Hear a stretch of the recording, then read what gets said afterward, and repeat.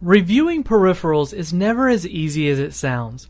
With so many subjective pieces to the puzzle, it's hard to give a definitive claim on good, bad, ugly, or otherwise when it comes to something as personal as a mouse. Because we all have different ways we hold the mouse as well as we move and the way our hands are shaped and everything else, it's hard to strike a balance. But what Gamdias did here with the Zeus M1 has found a very comfortable middle ground with its medium size, as long as you're right-handed. But first, let's take a look at the physical characteristics of the mouse. The ergonomic design is very reminiscent of a certain venomous black snake design company's most popular mouse, but being a little bit smaller than that one, it's a welcome attribute. The sides of the mouse have a nice textured finish that make it easy enough for claw grippers out there to easily pick it up and move it around, while still being just perfectly comfortable for people who with a palm grip style or most other common hand grip styles. Featuring 8 smart keys allowing for full customization of each button on the mouse means you can tailor it to your own play style, whether it's first-person shooters, MMOs, or RPGs, or even like the latest MOBA craze. But of course, there is full RGB in a nice dual zone pattern so that you can match your mouse to your mood or the rest of your setup.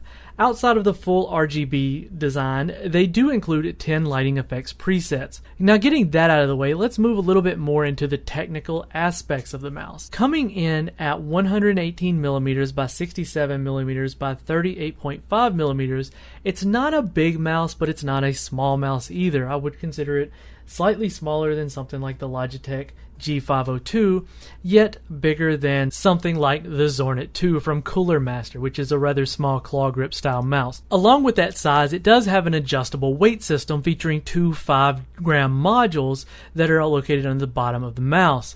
Now, the Zeus M1 does come in between 115 grams without and 125 grams with, so it's a very decent weight, but not too heavy and not too light. And from my findings is removing the weights for me left the mouse very well balanced so that whenever I lifted it lifted straight up. But of course, because of the way you will hold the mouse, it may be different. As far as the optical sensor goes, and it does have an optical sensor, for those who do prefer optical over laser sensor, it features the PixArt PMW3320, allowing for up to 7000 DPI and is easily adjusted using the switches on top of the mouse, instead of just relying on software. Now, the buttons are handled by Huano switches and have a nice tactical feel to them and never missed a beat even during some of my heaviest gaming sessions. Now, for me, out of the box, I was able to get a good feel for the mouse and didn't feel the need to use it.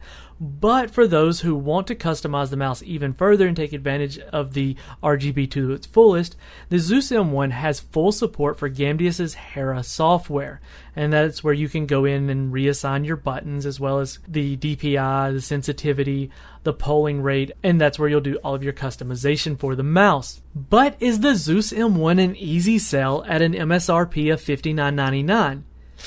It's definitely a price point with no shortage of competition, but for a responsive lightweight mouse that handles itself spectacularly in games like Counter-Strike and Overwatch, I can definitely say it's most certainly a mouse that needs to be on your radar. So this has been Keith with WCCF Tech TV, and this has been a review of the Gamdias Zeus M1 gaming mouse. If you liked the video or you found it informative whatsoever, feel free to like and subscribe. If you have any questions about the mouse, feel free to leave those in the comments below, and we will catch you guys all in the next video.